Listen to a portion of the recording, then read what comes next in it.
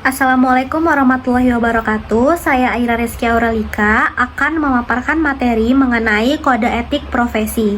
Yang pertama, ada tujuan dan isi kode perilaku profesional dari AICPA. Jadi, kode perilaku profesional AICPA atau American Institute of Certified Public Accountants adalah panduan etika bagi akuntan publik atau CPA untuk mempertahankan kepercayaan publik. Nah, kode-kode ini itu berlandaskan 6 prinsip utama, diantaranya yang pertama, tanggung jawab. Profesional harus melakukan penilaian yang sensitif dan moral dalam semua kegiatan mereka.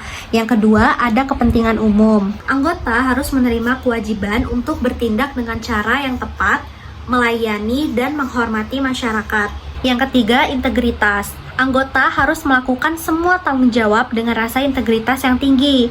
Yang keempat, objektivitas dan kemandirian. Jadi anggota itu harus objektif, independen, dan bebas dari konflik kepentingan. Yang kelima, ada due care. Nah, di sini anggota harus memenuhi standar profesi dan berusaha untuk meningkatkan kompetensi. Yang keenam, ada scope and nature of services. Jadi, seorang anggota itu dalam praktik publik harus mematuhi kode perilaku profesional. Selanjutnya, ada aturan-aturan kode etik perilaku. Kode etik perilaku itu merupakan panduan standar moral, nilai, dan tingkah laku yang diharapkan dari individu dalam lingkungan kerja, organisasi, atau profesi guna memastikan integritas, profesionalisme, serta kepatuhan. Nah, aturan-aturan tersebut diantaranya yang pertama, integritas. Nah, integritas ini melibatkan keterus-terangan, kejujuran, dan kekuatan karakter untuk bertindak dengan tepat, bahkan ketika menghadapi tekanan untuk melakukan hal yang tidak seharusnya. Yang kedua, ada kerahasiaan. Di sini tidak menggunakan informasi untuk keuntungan pribadi. Jadi seorang akuntan itu harus menjaga kerahasiaan informasi di dalam kantor atau organisasi tempatnya bekerja. Yang ketiga, objektivitas. Seorang akuntan itu tidak terlibat dalam kegiatan yang dapat menyebabkan konflik kepentingan. Kemudian kompetensi. Seorang akuntan harus selalu meningkatkan keahlian dan efektivitas pelaksanaan tugas melalui pendidikan, pelatihan, sertifikasi, dan pengalaman kerja. Kemudian akuntabel. Seorang akuntan harus bisa memberikan pertanggungjawaban atas kinerja dan tindakannya kepada pihak yang berwenang. Dan yang terakhir, perilaku profesional. Akuntan tidak boleh terlibat dalam aktivitas ilegal atau tindakan yang merusak kepercayaan terhadap profesi pengawasan internal dan organisasi. Selanjutnya, ada konsep dan praktik independen, integritas, dan objektivitas dalam hubungannya dengan kode etika. Yang pertama, ada independensi. Independensi merupakan prinsip dasar yang harus dimiliki oleh seorang akuntan profesional dalam menjalankan tugasnya. Independensi itu berarti sikap mental yang bebas dari pengaruh pihak manapun, sehingga akuntan tersebut mampu memberikan penilaian secara jujur, adil, dan tidak memihak. Independensi itu terdiri atas dua aspek. Yang pertama, independensi dalam fakta atau independence in fact, yang menunjukkan kebebasan akuntan secara nyata dalam berpikir dan bertindak.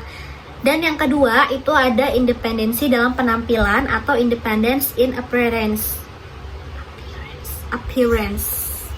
Nah, ini tuh kondisi di mana akuntan terlihat netral dan tidak memiliki hubungan yang dapat menimbulkan keraguan terhadap objektivitasnya. Selanjutnya ada integritas. Nah, prinsip etika yang menekankan kejujuran, keteguhan moral, serta konsistensi antara nilai dan tindakan dalam menjalankan profesi. Nah, akuntan yang memiliki integritas itu biasanya akan selalu bertindak jujur dan transparan serta tidak melakukan manipulasi informasi demi kepentingan pribadi maupun pihak manapun. Yang ketiga, ada objektivitas. Objektivitas ini adalah sikap profesional yang menuntut akuntan untuk bertindak adil, tidak bias, serta mendasarkan setiap keputusan itu pada fakta dan bukti yang relevan. Jadi prinsip ini tuh mengharuskan akuntan untuk menghindari pengaruh subjektif, konflik kepentingan, maupun tekanan dari pihak yang dapat mempengaruhi pertimbangan profesional. Selanjutnya, ada perilaku tidak etis bagi perorangan, bagi profesional, dan konteks bisnis. Yang pertama, perilaku tidak etis perorangan atau individu. Di sini ada ketidakjujuran. Ketidakjujuran itu merupakan tindakan menyampaikan informasi yang tidak sesuai dengan kenyataan, baik melalui kebohongan maupun manipulasi data atau fakta. Dalam lingkungan kerja, ketidakjujuran itu dapat berupa pemalsuan data, memberikan informasi yang menyesatkan, bahkan menutupi kesalahan yang dilakukan. Yang kedua, melanggar norma sosial. Hal ini berarti bertindak tidak sesuai dengan aturan, nilai, atau kebiasaan yang diterima oleh masyarakat. Contohnya meliputi perilaku tidak sopan di lingkungan kerja, tidak menghormati rekan kerja, atau bahkan mengabaikan tanggung jawab sosial. Selanjutnya, ketidaksetiaan. Hal ini mengacu pada tindakan tidak loyal terhadap organisasi atau pihak yang telah memberikan kepercayaan. Contohnya, membocorkan informasi yang bersifat rahasia, bekerja untuk kepentingan pesaing tanpa izin, atau tidak menjaga kepentingan organisasi. Yang kedua, ada perilaku tidak etis profesional. Yang pertama, konflik kepentingan.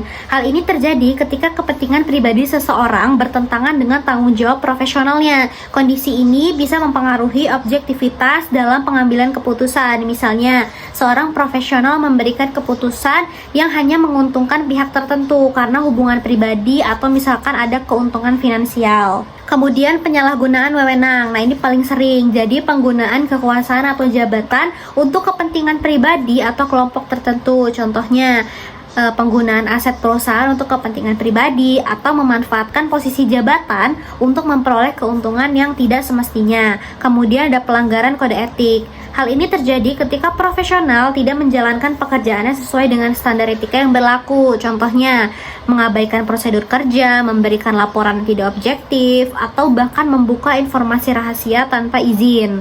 Yang ketiga, ada perilaku tidak etis dalam konteks bisnis. Yang pertama, penipuan dan manipulasi data. Ini merupakan tindakan mengubah atau menyajikan informasi secara tidak benar untuk memperoleh keuntungan pastinya. Contohnya itu memalsukan laporan keuangan, menyembunyikan kerugian perusahaan, dan memberikan informasi yang menyesatkan para investor. Yang kedua, suap dan nepotisme. Suap itu pemberian imbalan untuk mempengaruhi keputusan pihak lain secara tidak sah, sedangkan nepotisme itu merupakan praktik memberikan keuntungan kepada kerabat atau pihak dekat tanpa mempertimbangkan kompetensi yang dimiliki. Dan yang terakhir, kerusakan lingkungan. Kerusakan lingkungan ini bisa terjadi ketika perusahaan mengabaikan tanggung jawab sosial dan lingkungan demi memperoleh keuntungan ekonomi. Contohnya, pembuangan limbah tanpa pengolahan yang layak atau eksploitasi sumber daya alam secara berlebihan. Nah, itu bisa menyebabkan kerusakan lingkungan. Sekian materi yang dapat saya sampaikan. Wassalamualaikum warahmatullahi wabarakatuh.